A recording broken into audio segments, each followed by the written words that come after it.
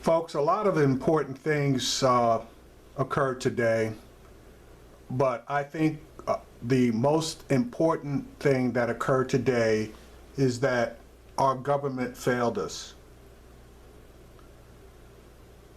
Our government failed us in that they allowed money, cash, political contributions to get in the way of the best interest of the people. Obviously, the person that you see there is Betsy DeVos, and the Senate confirmed her appointment as Secretary of Education by a vote of 51 to 50. Now, for those of you that know it, there are only 100 senators in the Senate, but the vote was 51 to 50. The Vice President also holds the title of President of the Senate, and in the case of ties, the Vice President gets to cast the deciding vote. So in this particular case, since the vote was tied at 50-50, Vice President Pence cast the 51st vote, which gave Mrs. DeVos the position. Now, I say that the Senate failed us because it was obvious that this woman was not qualified for the job. If you had an opportunity to watch her Senate confirmation hearing, it was evident to all that she does not know what she's doing. And I can say that about quite a few of the secretaries that have been or are going to be confirmed. And make no mistake, there is not one single secretary that is going to be voted down on, including the Secretary of Labor, who has not even completed his vetting, i.e. turning in all of the statements and documentation he needs in order to begin the vetting process, and not even taking into account that the Secretary, Putzer, had, of all things, an illegal resident working for him and his wife, and that he did not initially pay taxes on, but later on straightened out his tax issue as far as not paying the proper taxes for his employee. But more importantly,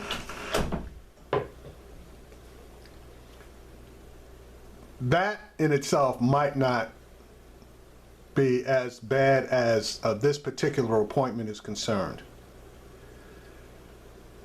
As I indicated earlier, this woman has no business being in that seat. She has no experience either on the teaching level or on the administrative level or any other level other than the fact that she is or was, probably still is until she divests, a shareholder in a number of charter schools. So she has a financial interest in being a protagonist for the charter school system, the for-profit charter school system. Now, again, I refer you back to C-SPAN and just go in, type in her name, and you will be able to see her confirmation hearing. Quite honestly, even the Republicans, after her hearing, stated how, shall we say, unprepared or how poorly she did. But that did not get in the way of them voting to confirm her. Now, there were two Republican women that put their party to the side, took a look at the evidence, and decided that she was wanting, that she should not obtain this position. And it's unfortunate that there was not at least one more Republican who could not have done the same thing. So, the bottom line is she was sworn in this evening, and she is now the Secretary of Education. In my mind, that sets up the system in order to be manipulated. Since she has no knowledge of the federal laws, she has no knowledge of the various policies or theories regarding the institution of education itself. The people that are underneath her are going to have tremendous sway in forming her opinions. But at the same time, there are a lot of people that are in the for-profit education business that are also going to have quite a bit of input. Now, if you're not aware of her background, she basically had input into not one state's educational system, but two. The first state that she had influence on was Indiana. And the records will show that her influence was not a positive one. But the second state that she had influence on is Michigan. And the Michigan public school system, it can be inferred from where it is now that her influence was somewhat devastating. For a woman who basically is for choice, somehow for people who do not have the ability to affect their choice, i.e. lower income people with children, this is going to be somewhat devastating. Why do I say that? Well, let's look at the evidence. In the state of Indiana, where there are records, it was found that when she was effective in getting her choice system implemented and the state voucher system implemented, that the majority of the people that benefited from the implementation of that system were people who already had the ability to make a choice. These are middle-class families that, for the most part, were already sending their kids to schools of their choice, charter schools, for-profit charter schools, and they were already paying for their kids to go to these schools. the effect of her getting the voucher system implemented was to take the money from the public schools and to give the families of kids already going to those schools a cut or a benefit by subsidizing the costs that they were already incurring. And now you may say that's not a bad thing, and you know, I might somewhat agree with you. Where I come into disagreement is for the people that were low income and were sending their kids to public school. Obviously, they would have the same opportunity to send their kids to for-profit charter schools, but the difference was that the vouchers that they were receiving were insufficient to cover the total expense of going to those for-profit charter schools. Now, I say that based on several things. Number one, tuitions. The tuitions were approximately 10% higher than what the vouchers would cover. Then you had things such as transportation, uniforms, and other expenses such as lunches, books, etc. So these children, when all the dollars and cents were added up, in actuality did not have the ability to exercise their choice to go to those for-profit charter schools. Now, you'll say, well, they had a choice of where to go, but if you can't afford to go where you want to go, if your choice is to go to a good school, but you can't afford it, do you really have a choice? And the answer is no.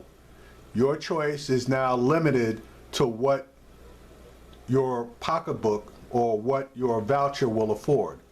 And for the most part, that voucher would allow you to go to a public school. Okay? But now we're talking about funds coming away from those public schools that go to the vouchers so that the schools do not have all of the financial resources that they should have. Now, that's just one thing. Second point of contention with this woman is what you can see on the bottom of the screen. She wants to subsidize private religious schools, not charter schools, private religious schools, because she believes that religious schools offer more of an opportunity for children. And again, I fall back to my same argument as far as the financial ability to attend those quote-unquote private religious schools. And then there are people who basically don't want their kids going to a Catholic school or a Protestant religious school, or I guess, I'm not sure what they would be called, but a Jewish religious school or even a Muslim religious school. And trust me, there are Muslim religious schools. The country of Saudi Arabia subsidizes those big time. So we have that. And then finally, the Secretary of Education has a lot of power as far as dictating policy on things such as Common Core teacher accountability, things of that nature. Well, this woman has no experience in any of that.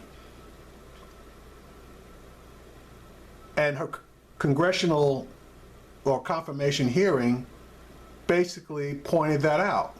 She was asked some of the most basic questions that a Secretary of Education should know and would be called on to know and to affect policy on, and this woman did not have a clue. For example, she did not know what the difference was between the philosophy of educational growth versus educational proficiency. And that is so basic and has been argued pretty much for the past 50 years.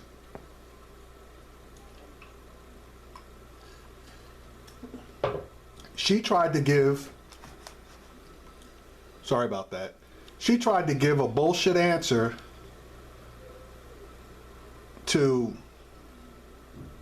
the senator from Minnesota, and he pressed her on it.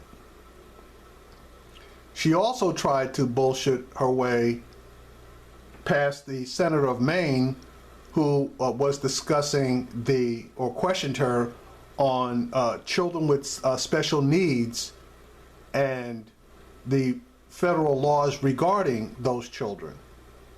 Now, those are just basics. And I would expect the Secretary of Education to at least know the basics, if education is your field. And, you know, something, there's a lot of us that, you know, have children, and what we're concerned with is our children learning and progressing, etc. But as far as all the ins and the outs, you really have to be in contact with the educational system to know them. So you might not know about those things.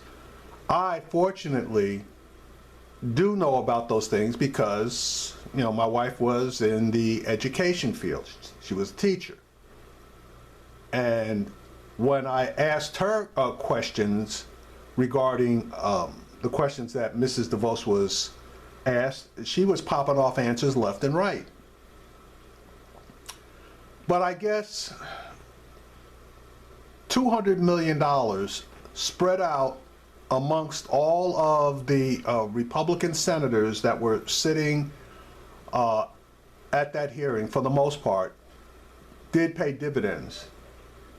I guess that the fear of Donald Trump being pissed off at you did have an effect on most, but not all, of the senators.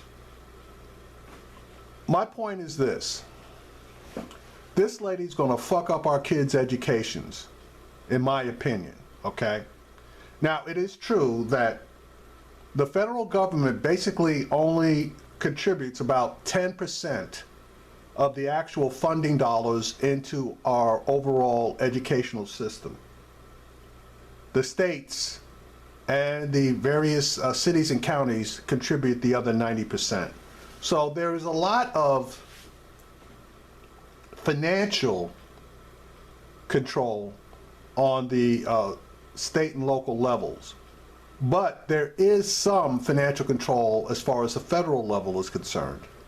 And trust me, that 10% can make a big difference on whether a school has the resources that it needs or is wanting. Now, it's my understanding that an education is guaranteed to every child living in this country. But it's the way that the various states go about the business of providing that education that comes into question. And it's the Secretary of Education that has a lot of power in helping those states and municipalities in forming.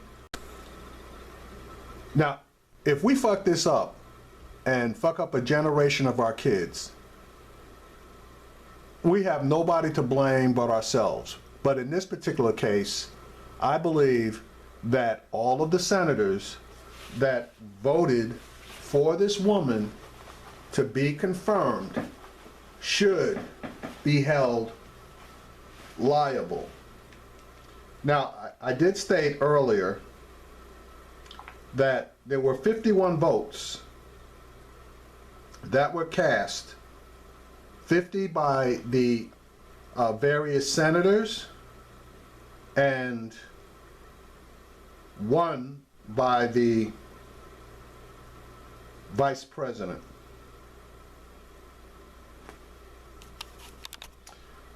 The senators that we need to hold accountable are as follows: Daines from Montana, Thune from South Dakota, Johnson from Wisconsin, Burr from North Dakota, Sessions from Alabama. Well, we're not going to be able to get him because he's going to be confirmed as the Attorney General.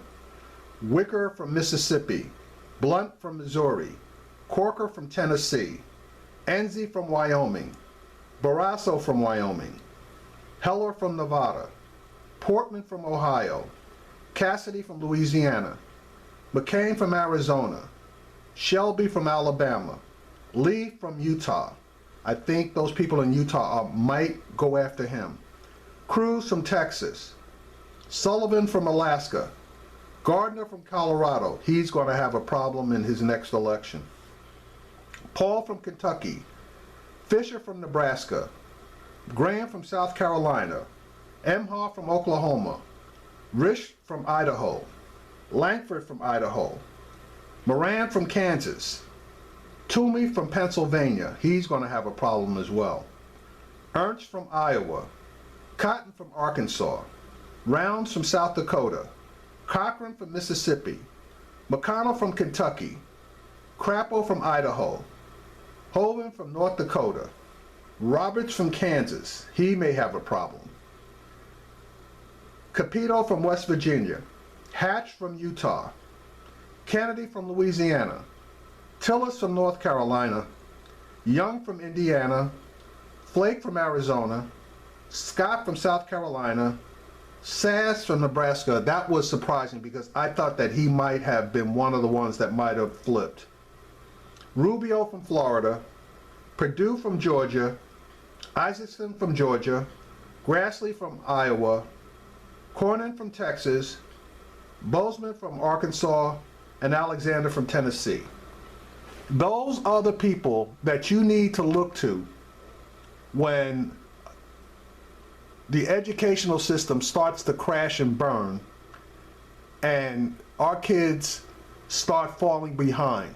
Because honestly, our educational system is obviously not one of the top educational systems 1 to 12. And there are obvious things that need to be done to improve the system. In my mind, principle of which is teacher accountability. And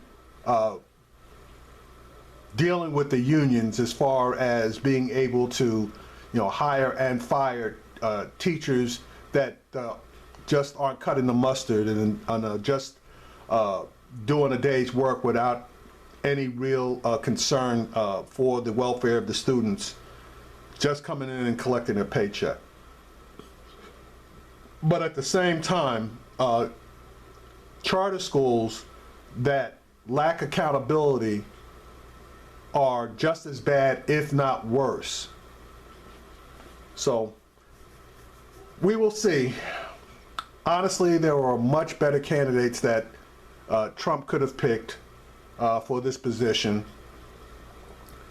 But I think that $200 million that she contributed had a lot to do with her obtaining this position. Just my opinion.